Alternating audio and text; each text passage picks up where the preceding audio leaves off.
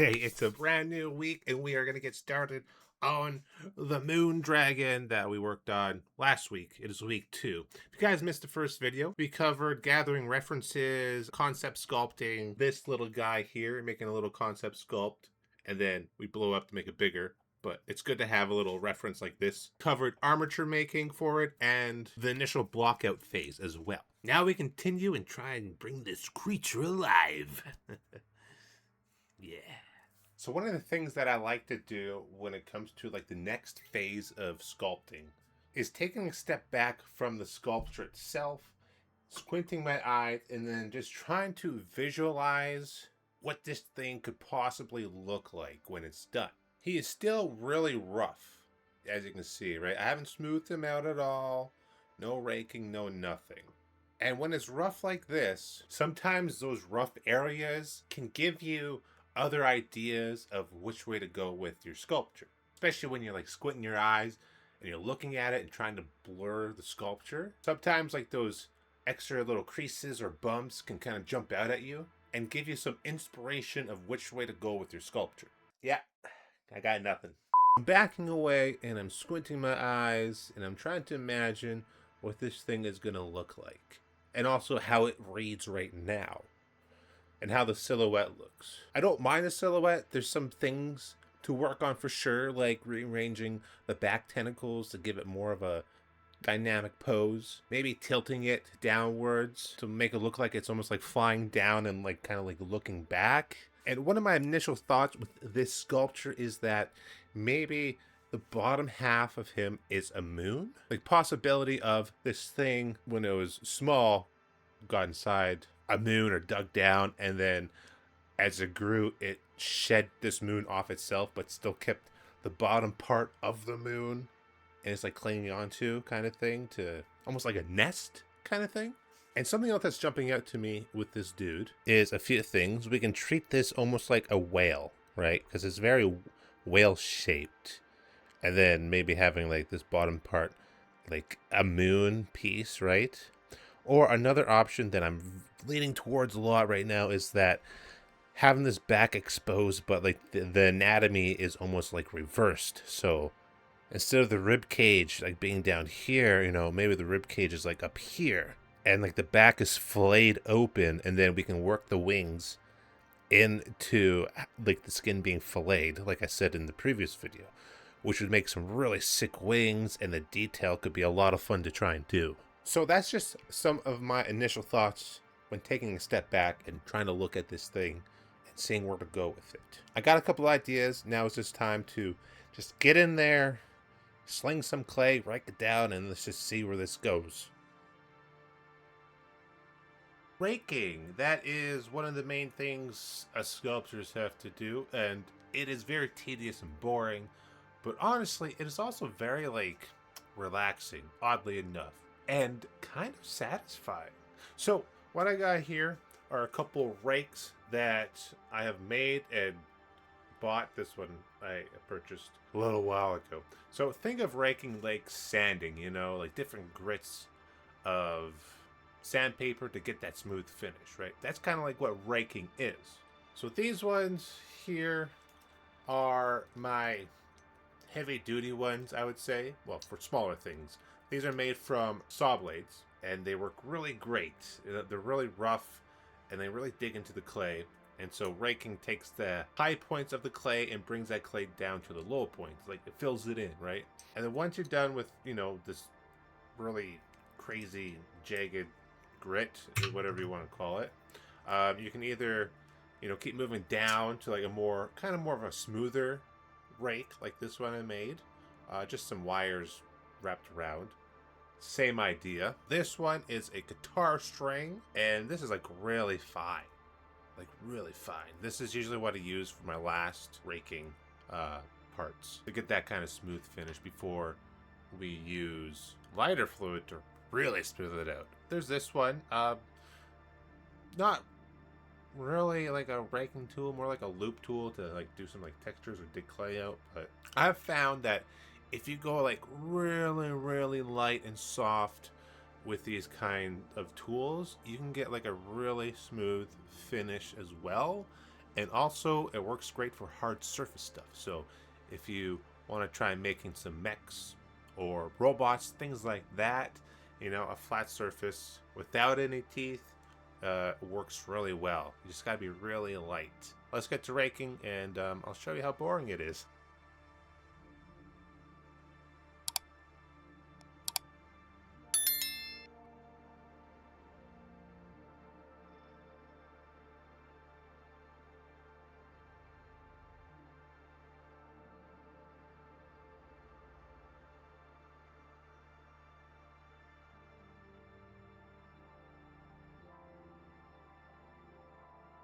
All right, so the first pass of the raking is done. Now there's something that happens with clay when you rake it. Let me show you. So when you're raking the clay, you'll get these like little clay balls that build up on the clay, and they could be hard to get rid of. Like even if you try and like, you know, swipe it off, sometimes it'll get stuck and then kind of mess with the forms. So a good way to go about getting rid of these is baby powder. Go with me here. So what we're gonna do, gotta take some baby powder and a makeup brush that I stole from my wife. Don't tell her. I think she's still looking for it. Hopefully she doesn't watch this video. So we're gonna pour a little bit right on the brush. Don't inhale it. And then we're just gonna brush it on, and you're gonna see all those little clay balls just fall right off. Especially on the ends here. Don't worry about your clay sculpture getting baby powder on it. It does not matter. It does not matter one bit. And just go over your sculpture. And those things will just come right off. This can also work if you're using like water-based clay as well.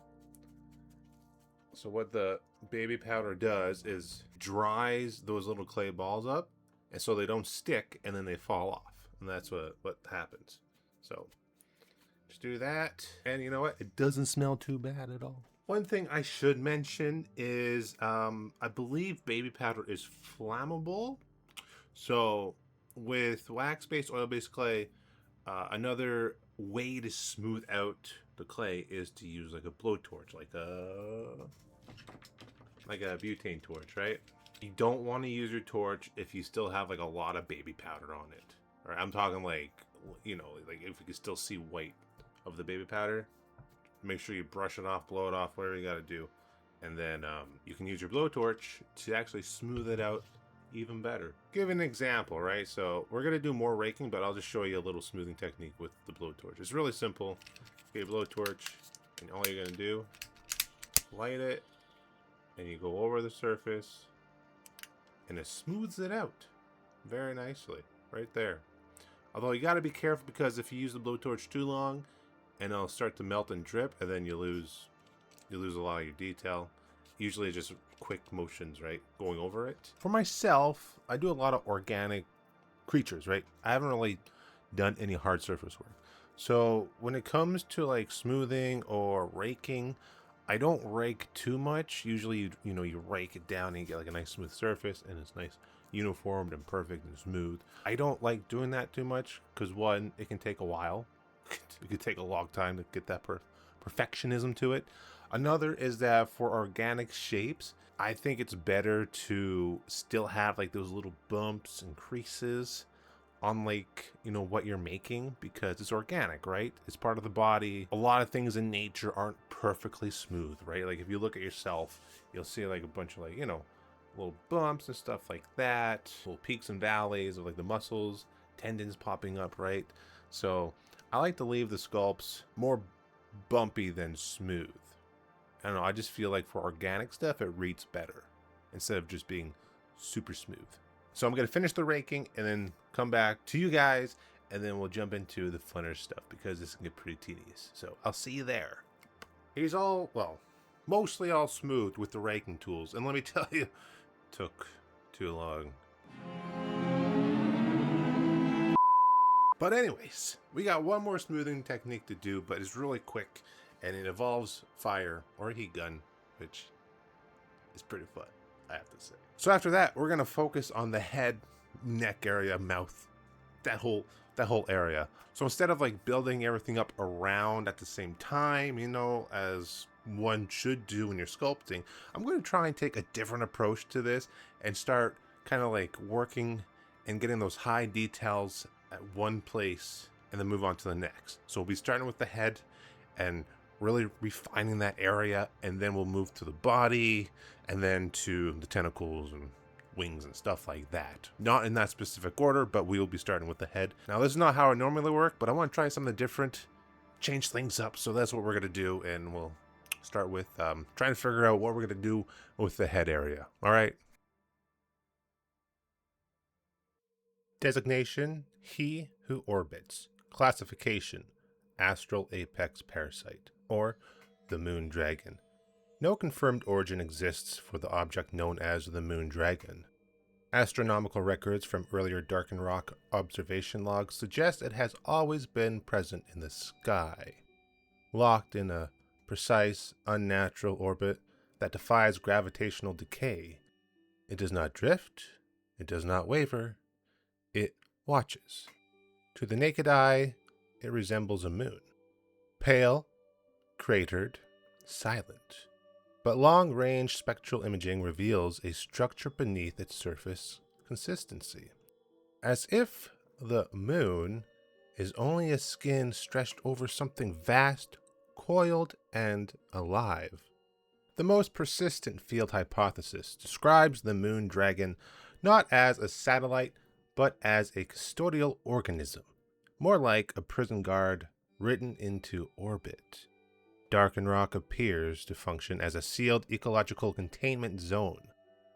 No verified off-world departures have succeeded since recorded impact of the CGE Carpenter, a deep space exploratory vessel that entered the system and immediately suffered cascading navigation failure before crash landing on the planet's surface. Survivors' transmissions, though fragmented and distorted, repeat this one phrase: the moon moved when we tried to leave. Though the moon dragon has caused the crash of the CGE Carpenter, the survivors are still alive on Darkened Rock. Unable to leave, they call Darkened Rock their home.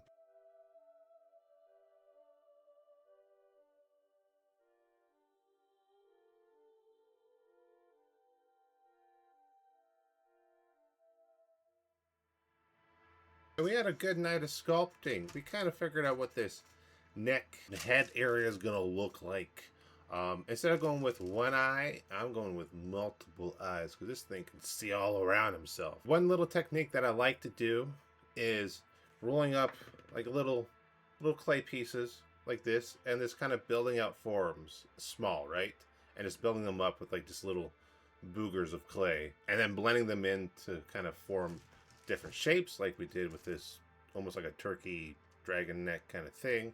I like to imagine this is where this moon dragon keeps its fuel for when he like unleashes his cosmic breath. That's what I'm calling it, cosmic breath, which I'm thinking is like a red mist that's almost like parasitic in nature, which is going to play a huge part in the evolution on Darkened Rock. Next, we're going to have to figure out the eyes, laying little clay noodles in here to make them more look like eyelids, stuff like that. I'm debating if I want this inner jaw area to be like either his tongue right on here, or we'll have the tongue here with like a bunch of like razor teeth kind of shooting out the sides. I just think that'd be pretty cool, but I'll think about it, play with the idea. I still got to figure out how do I want the skin to look. Also, another little technique, when you're doing like the little clay ball method, or if you're like raking down the surface with your tool here, what you can do is you can always kind of, while raking, you can get rid of clay to create different planes. What I mean by that is, like, let's say this is the jaw here. If you want to make that pop out a bit more, when you're raking in the forms there, you can actually push it and try and take out some of that clay, right? So you'll create a plane shift, just like this.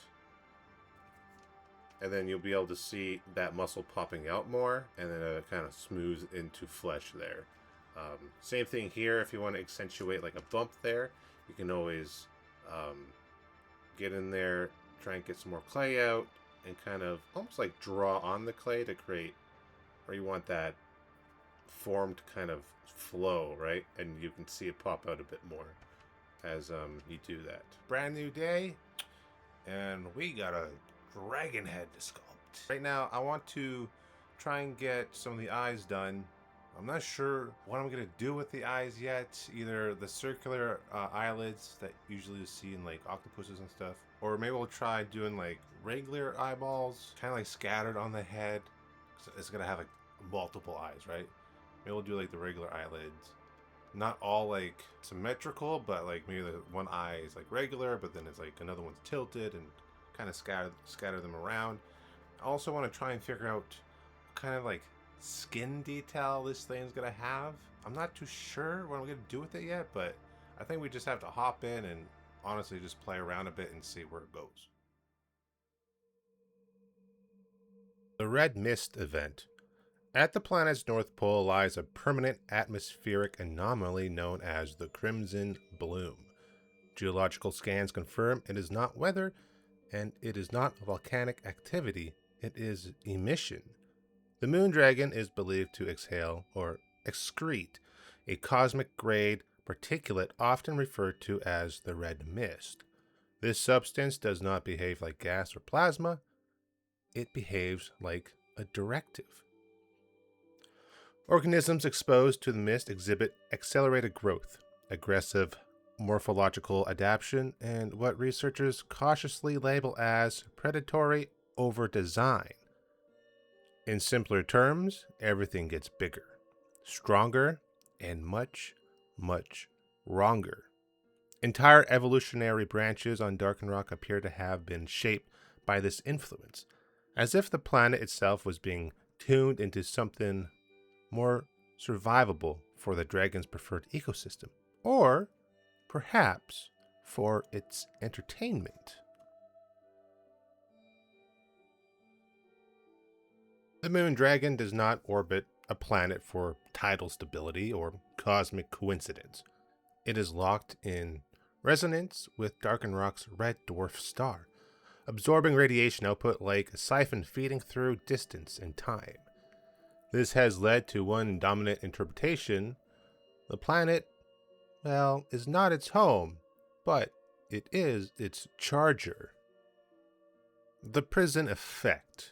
No confirmed interstellar escape from Darkenrock has been recorded since the moon dragon's presence was first logged. Any attempt to breach atmospheric escape velocity appears to trigger immediate environmental correction. Sudden storm formation, magnetic distortion spikes, navigation hallucination reports, and the appearance of moonlight pressure described by survivors as the sensation of being looked down on with intent.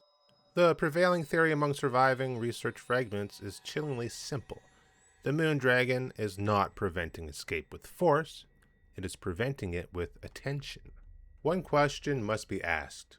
Is exposure to the red mist causing these hallucinations? Or is there something greater at play here?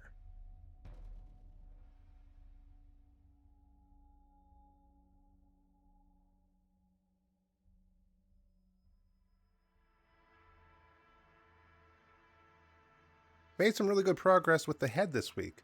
Got in a really interesting skin texture that looks a little bit cratered, which I really dig. I'm thinking about using that same skin texture for maybe the rest of the body. Might explore some other ideas. The next part for week 3, I think we're going to try and get the head done, get the teeth in and everything rendered out. And then after that, we can finally move on to, well, the big body part.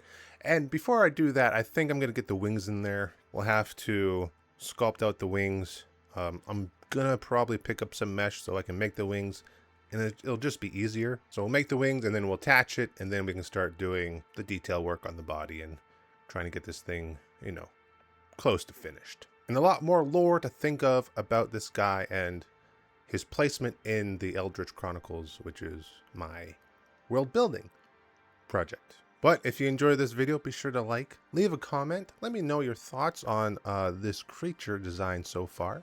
What kind of skin texture should we go with for the body? And if you want to keep following the process, be sure to subscribe to the channel, where I'll be releasing one video a week, just like this, showing some sculpting tips, design aspects, and much, much more. And as always, I'll see you guys in the next video.